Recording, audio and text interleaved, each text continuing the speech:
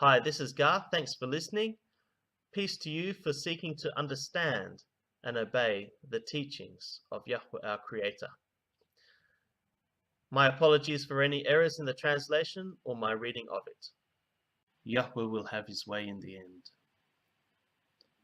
Exodus 4. Then Moshe answered, "But behold, they will not believe me or listen to my voice. For they will say, Yahweh did not appear to you."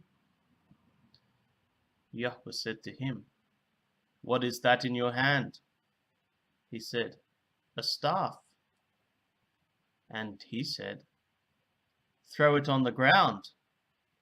So he threw it on the ground, and it became a serpent, and Moshe ran from it. But Yahweh said to Moshe, "Put out your hand and catch it by the tail."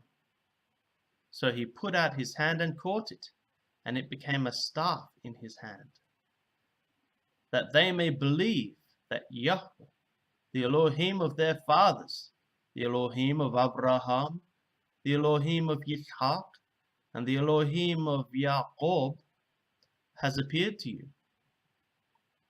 Again Yahweh said to him, "Put your hand inside your cloak." And he put his hand inside his cloak, and when he took it out, behold, his hand was leprous like snow. Then Elohim said, "Put your hand back inside your cloak." So he put his hand back inside his cloak, and when he took it out, behold, it was restored like the rest of his flesh. "If they will not believe you," Elohim said, "or listen to the first sign, they may believe the latter sign.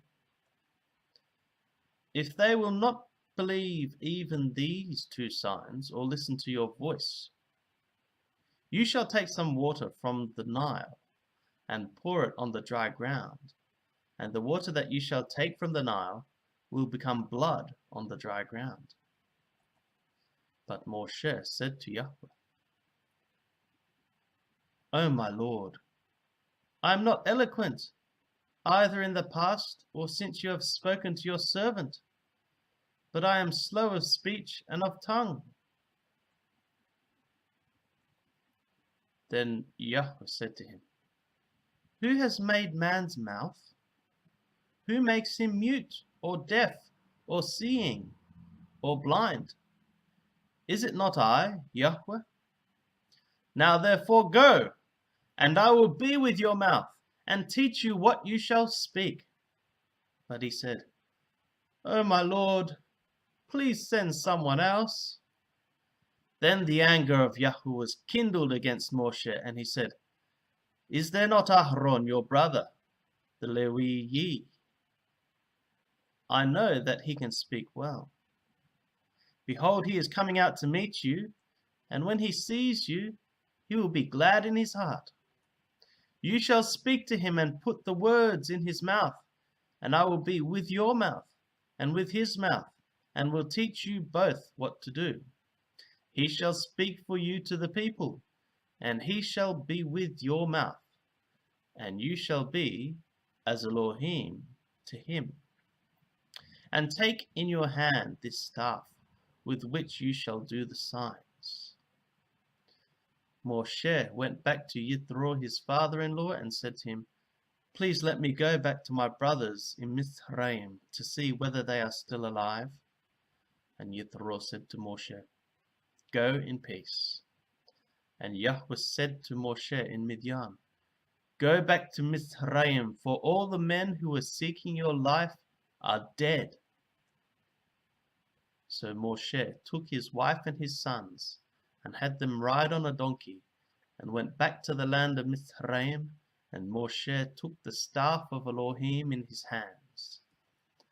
And Yahweh said to Moshe, "When you go back to Mizraim, see that you do before Paro all the miracles that I have put in your power, but I will harden his heart, so that he will not let the people go.